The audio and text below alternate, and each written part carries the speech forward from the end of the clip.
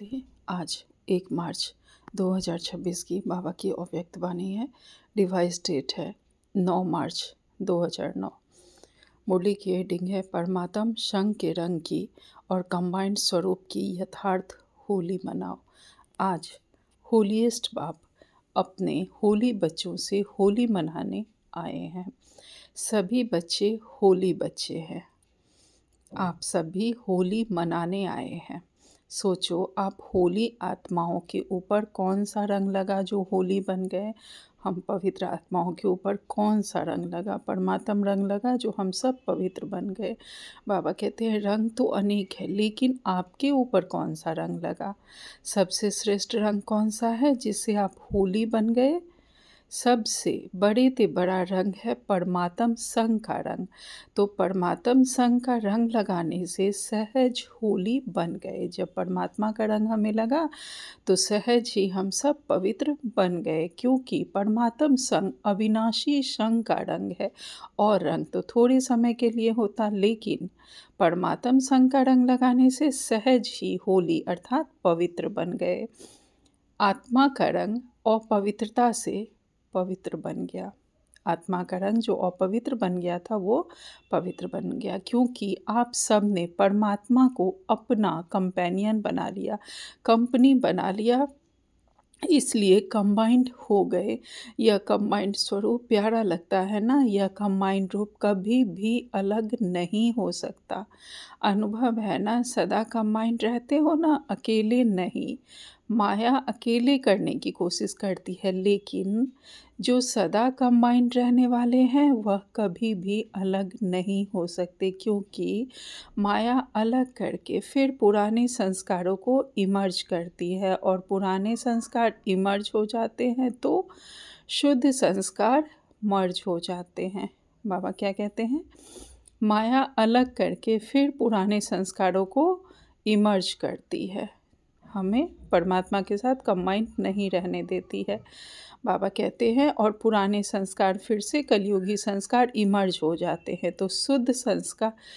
बाबा कहते हैं और पुराने संस्कार इमर्ज हो जाते हैं तो शुद्ध संस्कार मर्ज हो जाते हैं। पुराने संस्कार है अलबेलापन और आलस्य। यह भिन्न भिन्न रूप में इमर्ज होने से कंबाइंड रूप अलग हो जाता है। जब अलबेलापन और आलस्य आता है तो हमारा कंबाइंड रूप अलग हो जाता है, हम परमात्मा से अलग हो जाते हैं। बाबा कहते हैं तो हर एक अपने को चेक करो, सदा कंबाइंड रहते हो वह कभी अकेले भी हो जाते हो। माया के अनेक स्वरूपों को तो जान गए हो ना, वह चतुराई से अपना रंग लगा देती है। अलग होना अर्थात माया का रंग लगना, परमात्मा से अलग होना अर्थात माया का रंग लगना। यह अलबेलापन आलस्य बहुत भिन्न भिन्न रूप से आता है और बच्चे भी उसे पहचान नहीं पाते हैं, क्योंकि माया अपने तरफ आकर्षित कर देती है। यह अलबेलापन और आलस्य जो रावण का खजाना है, यह बाप का खजाना नहीं है। रावण के खजाने को बच्चे भी बड़े नशे से कहते हैं, मैं चाहता नहीं हूँ, चाहती नहीं हूँ, लेकिन मेरा संस्कार है। संस्कार मेरा कहने लगते हैं, क्या यह परमात्म खजाना है या रावण का खजाना है? उसको मेरा संस्कार कहना सोचो राइट है? मेरा बना देना यह माया की चतुराई है। बाप का खजाना प्यारा है और यह रावण का खजाना प्यारा है। कॉमन रीति से बच्चे अपने को छुड़ाने के लिए कह देते हैं मेरा संस्कार है, चाहती नहीं हूँ। तो सोचो, क्या यह मेरा है? बाप कहते हैं रावण के खजाने को अपना बनाने से धीरे धीरे जो शुभ संस्कार है वह समाप्त होते जाते हैं।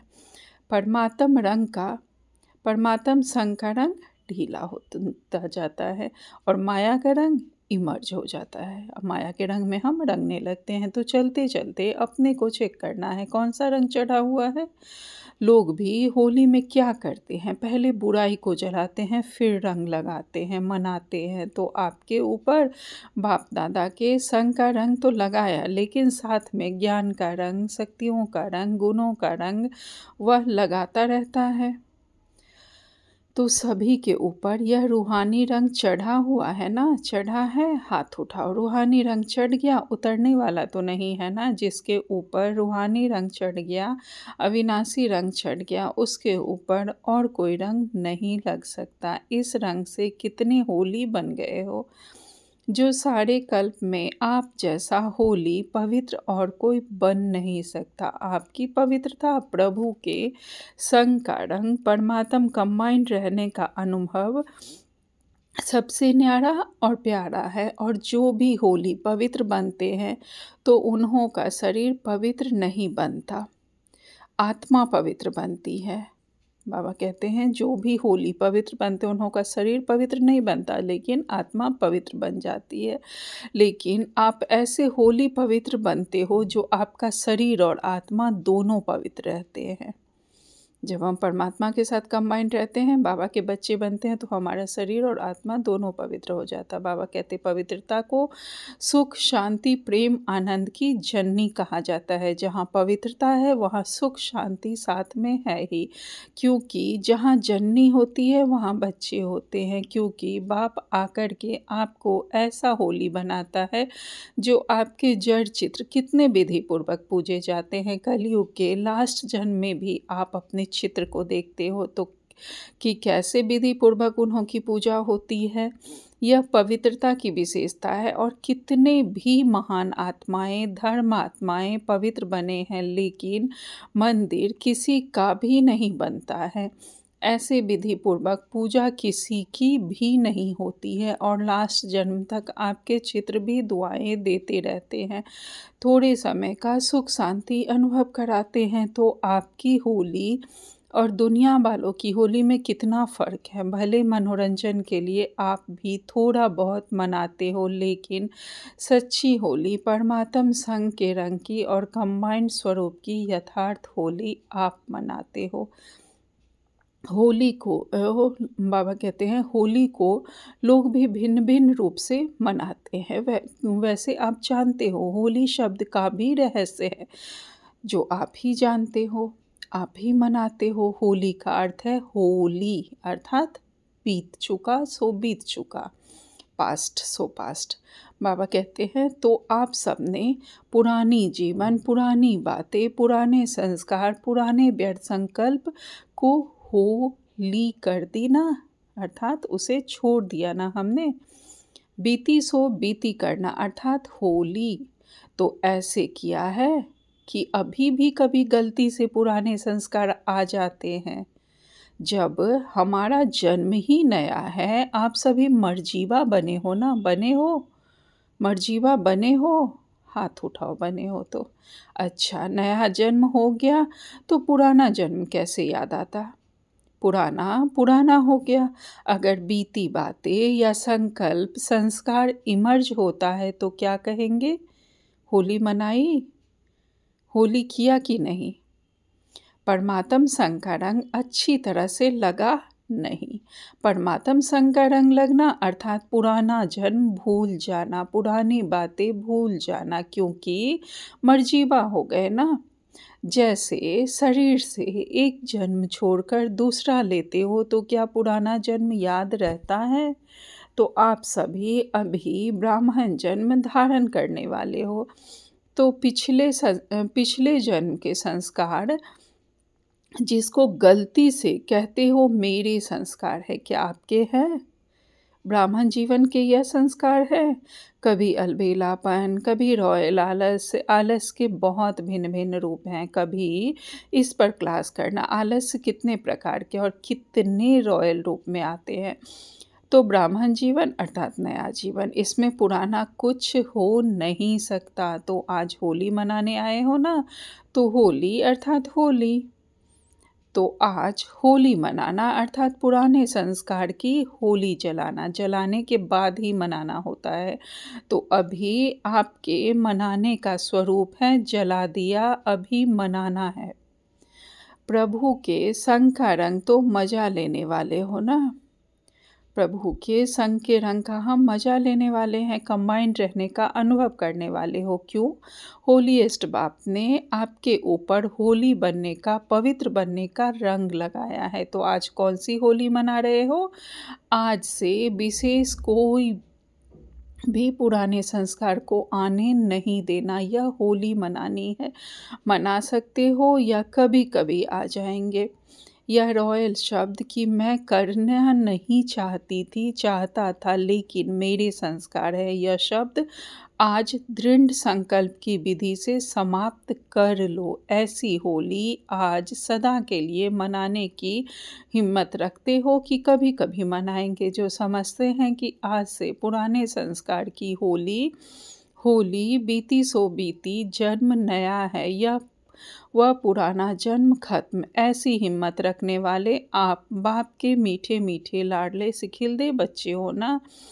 तो यह संकल्प नहीं, दृढ़ संकल्प करने की हिम्मत है। हाथ उठाओ, देखो सभी ने हिम्मत रखी है। चलो थोड़े रह भी गए, लेकिन आप सब तो साथी हो ना, पक्के साथी। तो हाथ उठाओ या फोटो निकालो सबका। अच्छा, डबल विदेशी भी उठा रहे हैं। तो बाप दादा आपको पदम पदम गुना मुबारक दे रहे हैं होली की, होली मनाने की। आप अभी गलती से भी अपने मुख से यह शब्द नहीं निकालना, मेरा संस्कार। रावण के संस्कार को मेरा संस्कार कहते हो, कमाल है। रावण को दुश्मन कहा जाता है, दुश्मन का खजाना अपना बनाना, यह तो आश्चर्य की बात है। आपको भी आश्चर्य लग रहा है ना कि क्या कहते हो? गलती से कह देते हो, कह देते हैं, फिर अंदर में दिल खाती भी है, महसूस भी करते हैं, बाप से बातें भी करते हैं, माफ़ी भी लेते हैं। बाबा कल से नहीं करूँगी, नहीं करूँगा, फिर भी कर देते हैं। अभी बाप दादा क्या करे, देखता रहे। अभी इस शब्द की होली जला दो। देखो जलाने में भी एक बहुत अच्छी बात बताते हैं। कोकी को धागा बांधकर पकाते हैं। तो जब कोकी पक जाती है और निकालते हैं तो कोकी पक जाती है, लेकिन धागा नहीं जलता। वो होलिका दहन में जो हम लोग जलाते हैं, बाबा कहते हैं कोकी पक जाती है लेकिन धागा नहीं जलता है। यह निशानी है कि आपने जो पहला पाठ पढ़ा है कि आत्मा अविनाशी है और शरीर विनाशी है, उसकी बना दी है। तो बाप दादा देखते हैं कि यह त्योहार या शास्त्र बनाने वाले बच्चों की भी कमाल कम नहीं है तो वह भी बाप के बच्चे ही, लेकिन आप हो सिखिलदे।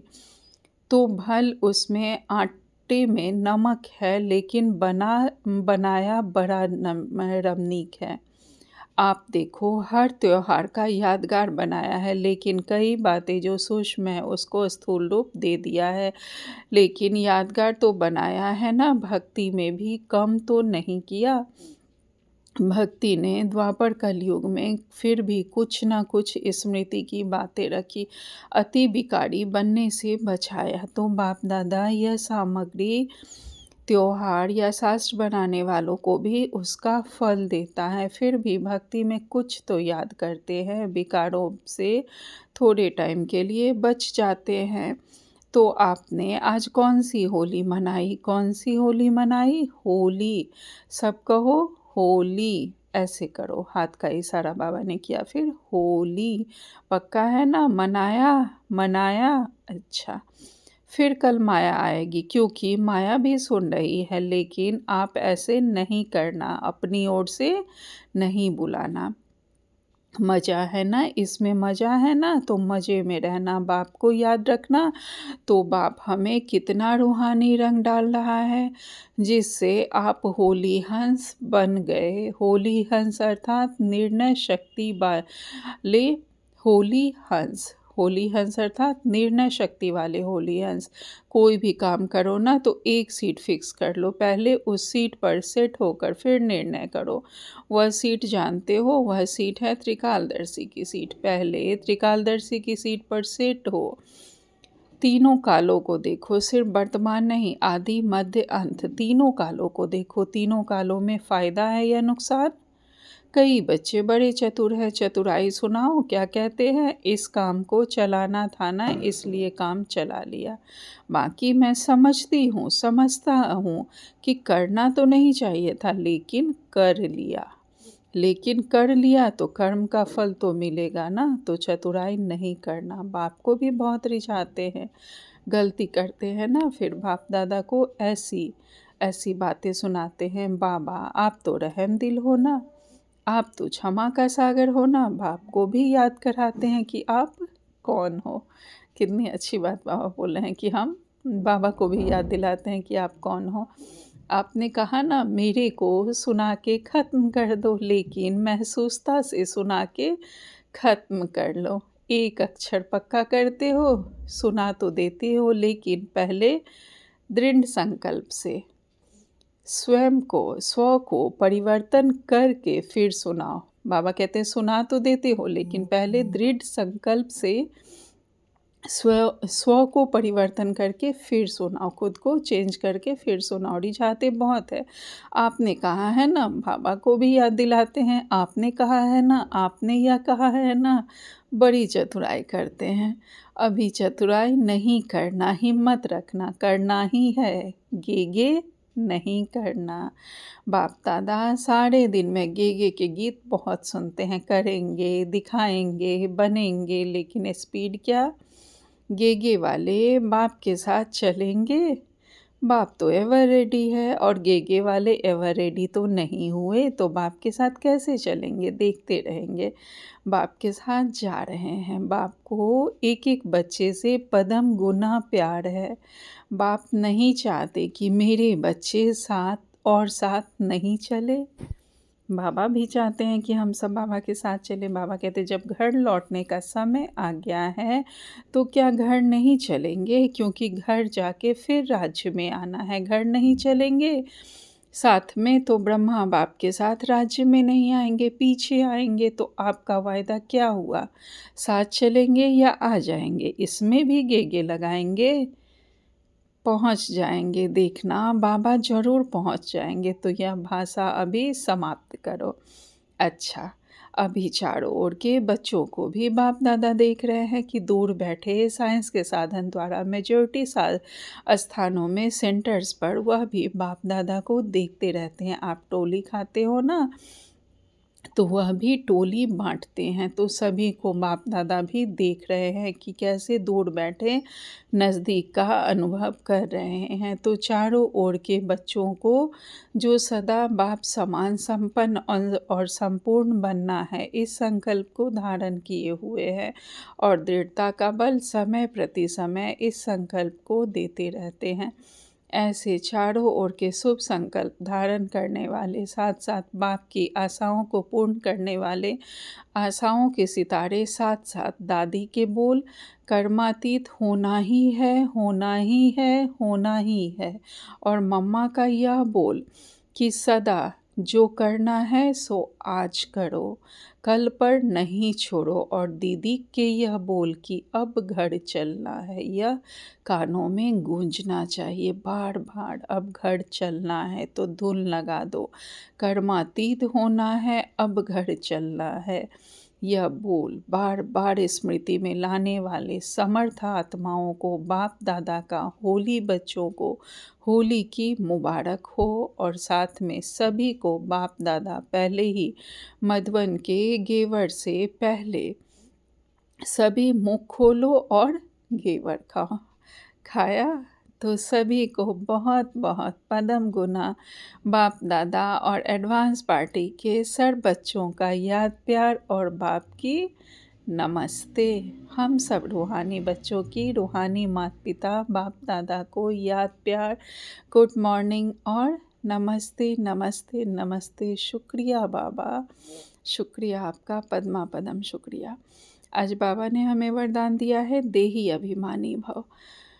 बाबा कहते हैं सर्व आत्माओं के प्रति स्नेह और शुभ चिंतक की भावना रखने वाले देही अभिमानी भव। विस्तार में बाबा कहते जैसे महिमा करने वाली आत्मा के प्रति स्नेह की भावना रहती है, ऐसे ही जब कोई शिक्षा का इशारा देता है तो उसमें भी उस आत्मा के प्रति ऐसे ही स्नेह की, शुभचिंतन की भावना रहे कि यह मेरे लिए बड़े से बड़े शुभचिंतक हैं। ऐसी स्थिति को कहा जाता है देही अभिमानी।